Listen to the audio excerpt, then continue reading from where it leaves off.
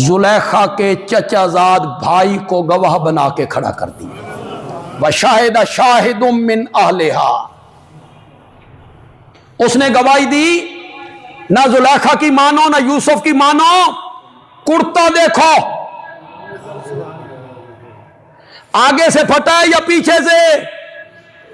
پیچھے سے پھٹا ہے نا، تو پھر یوسف سچا ہے.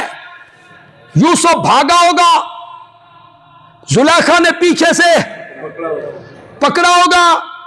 دیکھا تو کرتے کا وہ حصہ جس پر اس نجس عورت کے ہاتھ لگے تھے وہ بھی رب نے نبوت کے کرتے سے الگ کر دیا، الگ کر دیا. اور یوسف کا کرتا پیچھے سے پھٹ گیا تھا. صفائی اللہ نے دی نیک بندوں کی. کبھی بیٹے کو کھڑا کر دیا، کبھی زلیخا کے چچا زاد بھائی کو کھڑا کر دیا.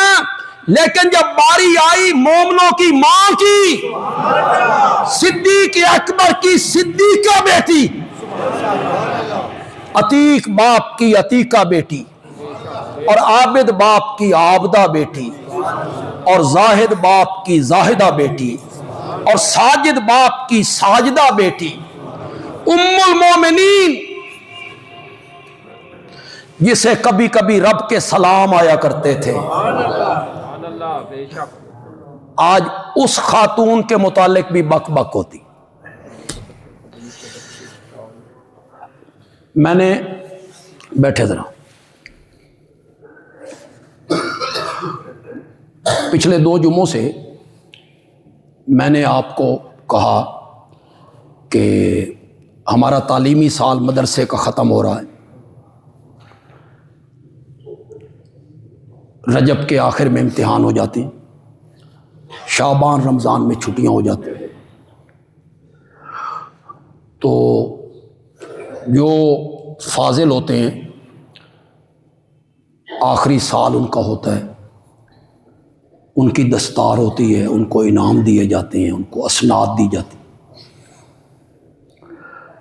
کل انشاءاللہ عشاء کی نماز کے بعد یہاں معاویہ مسجد میں جامعہ ضیاء العلوم کا یہ سالانہ پروگرام تکمیل بخاری، تقسیم اسناد،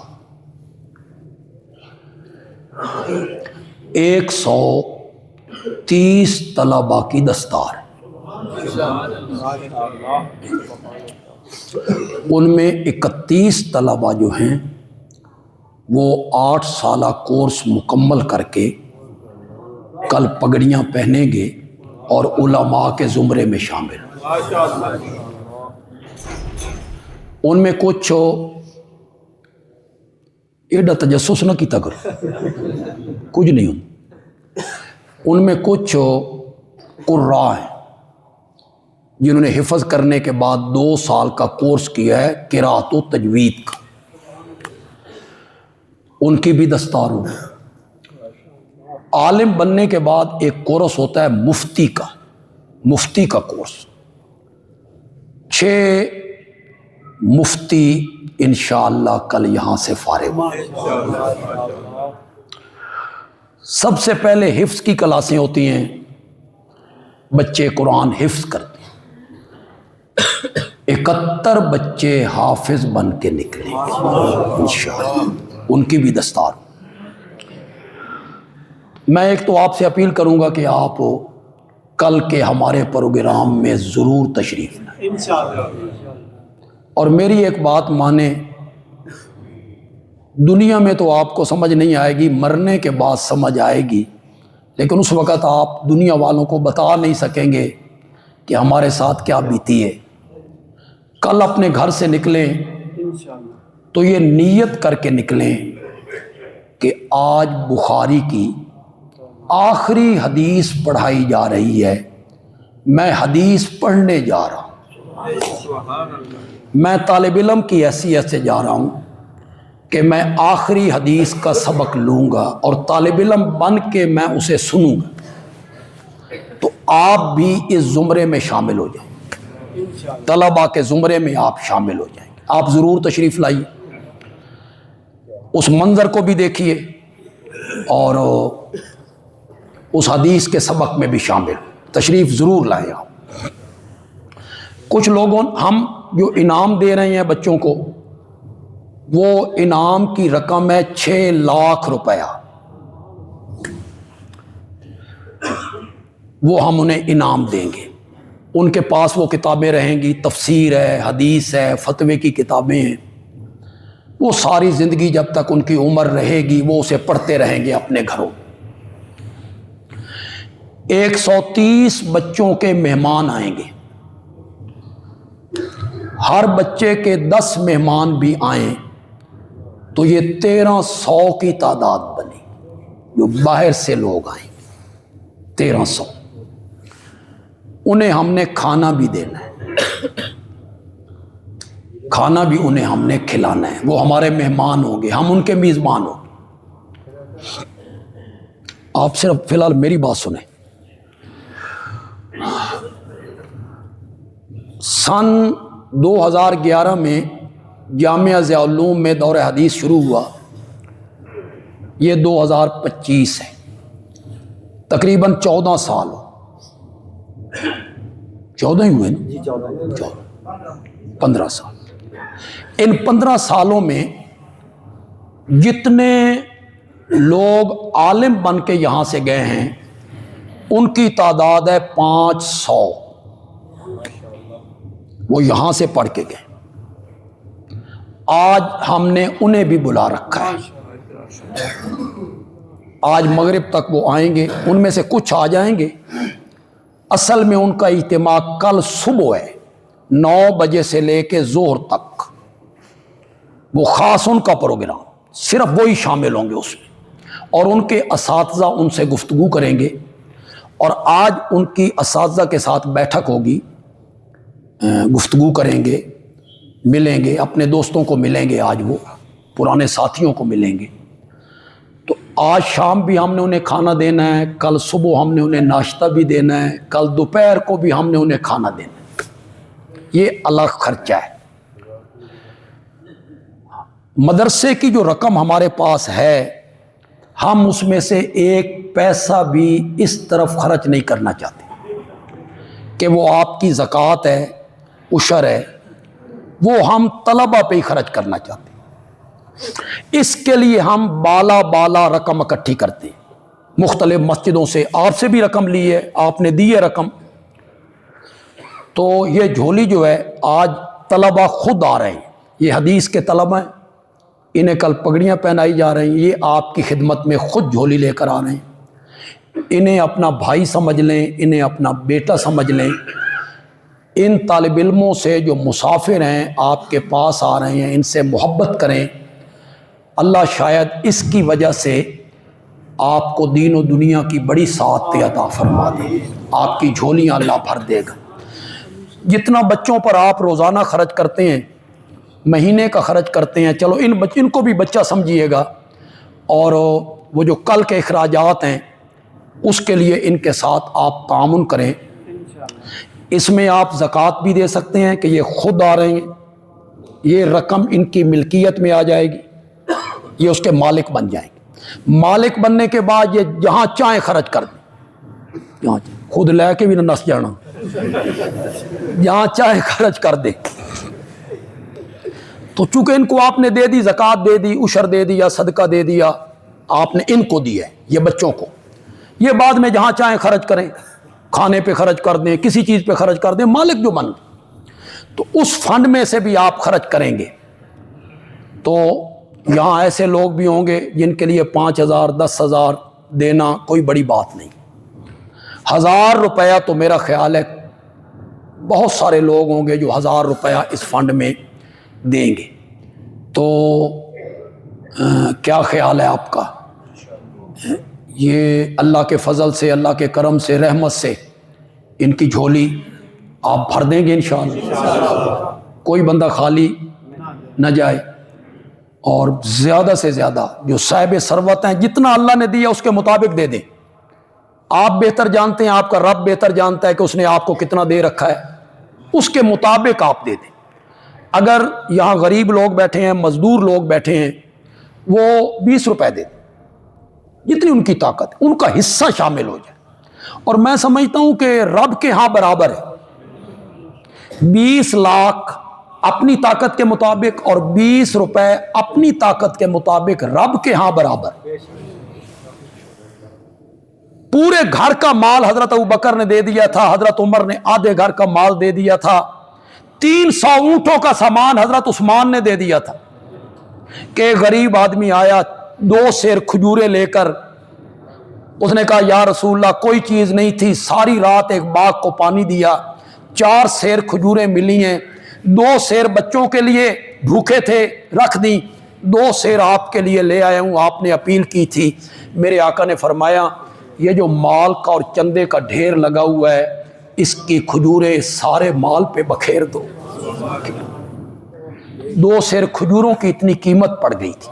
تو طاقت کے مطابق دے، 100 روپے طاقت ہے، 50 ہے، 200 ہے، 500 ہے، 1000 ہے، 10,000 ہے، 50,000 ہے، جتنی جتنی طاقت ہے اس کے مطابق دے دیں. پھر ذرا ایک دفعہ پیچھے جائیں اور چلیں پھر وہاں سے. یہ لوگ پھر ایک دفعہ نکالیں اپنے جیب میں ہاتھ ڈالیں جی. تو کل کے پروگرام میں جو عشاء کے بعد شروع ہوگا بخاری کی آخری حدیث ہوگی، میں نے بیان بھی کرنا ہے اور علماء نے بیان کرنا ہے. قاری حماد نفیسی نے تلاوت کرنی ہے، گجرانوالہ سے آئیں گے، بہت خوبصورت تلاوت کرتے ہیں. تو آپ اس میں شامل ہوں گے انشاءاللہ، اپنے دوستوں کو بھی لائیں، اس میں شامل ہوں. بخاری کا آخری سبق پڑھیں آپ.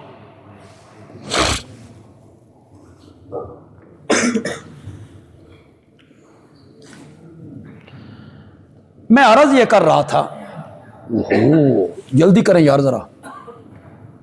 میں عرض یہ کر رہا تھا کہ تہمتیں تو پہلے نیک لوگوں پہ بھی لگتی رہیں، رب ان کی صفائیاں بیان کرنے کا انتظام کرتا رہا، لیکن میری ماں اور مومنوں کی ماں، ان پر جب منافقین نے تہمت لگائی نا تو رب نے مدینے میں اتر کے میری ماں کی گواہی پیش کر دی تھی. اولئک مبرؤون، وہ لوگ اس تہمت سے کیا ہیں؟ بری ہیں، مبرہ ہیں وہ اس تہمت سے. 1 مہینہ میرے نبی پریشان رہے تھے. کتنا؟ مختلف لوگوں سے مشورے کیے، مختلف لوگوں نے مشورے دیے.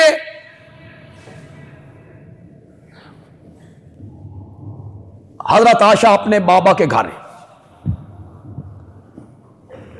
پریشان ہیں، خود کہتی ہیں کہ پورے 8 دن میری آنکھ نے نیند کا سرما نہیں لگایا، میں سوئی نہیں، برابر میں روتی رہی. منافقوں نے بھی ایسی عورت کا انتخاب کیا تھا جو سارے مومنوں کی ماں، صدیق اکبر کی بیٹی ہے اور خاتم النبیین کی زوجہ محترمہ ہے. یہ بدنام ہو گئی تو دین پورا بدنام ہو جائے گا. 1 مہینے کے بعد میرے نبی کاشانہ صدیق پہ تشریف لے آئے. ابو بکر کا گھر بھی بڑا عجیب گھر ہے جہاں نبوت چل کے جایا کرتی ہے. کبھی ہجرت کے لیے ہم سفر بنانے کے لیے اور کبھی ان کی بیٹی کا حال احوال پوچھنے کے لیے. دروازے پہ دستک دی تو حضرت عائشہ کی والدہ محترمہ ام رومان، انہوں نے دروازہ کھولا. حضرت عائشہ کی والدہ محترمہ ام رومان کے متعلق میرے آقا نے فرمایا اگر کسی نے جنت کی حور دیکھنی ہو تو عائشہ کی ماں کو دیکھے. لوگ کہتے ہیں میرے نبی نے خوبصورتی میں کہا، حسن میں کہا. میں کہتا ہوں نہیں، میرے نبی نے پاک دامنی میں کہا تھا.